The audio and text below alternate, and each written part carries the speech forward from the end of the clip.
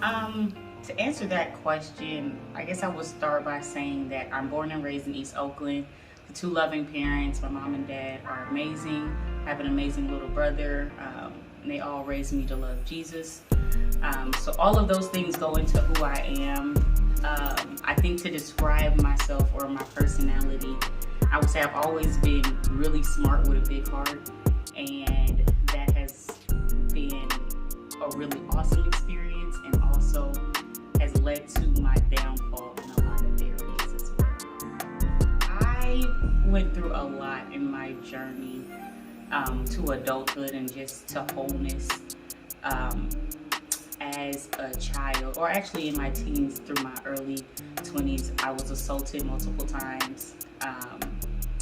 I was diagnosed with anxiety and depression as a teenager as well. And so with the combination of the diagnosis and the trauma, it led me to make a lot of poor decisions when it came to significant others in my life. I had a lot of trash boyfriends, high key, low key, and they did a lot of damage. I ended up suffering from very low self-esteem.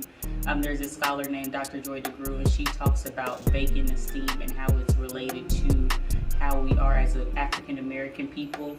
And so I think through my trauma, I ended up at a place of vacant esteem.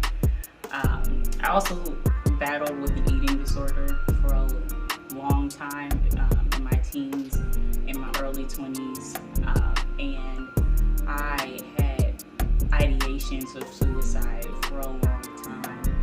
All of that to say, God did it. God is the GOAT. He brought me through a lot, and the only reason that I'm able to sit here or stand anywhere and talk to anybody is because of everything that God was able to bring me through.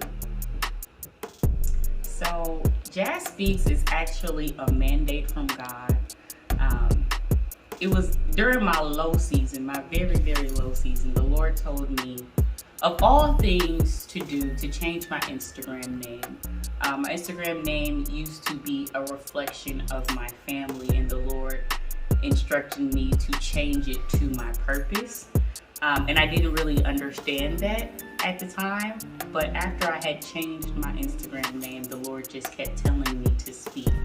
And so I didn't really know what to say at the time. I was still going through a lot myself. But I just ended up telling the Lord, whatever you tell me to say, whenever you tell me to say it, I'm going to say it.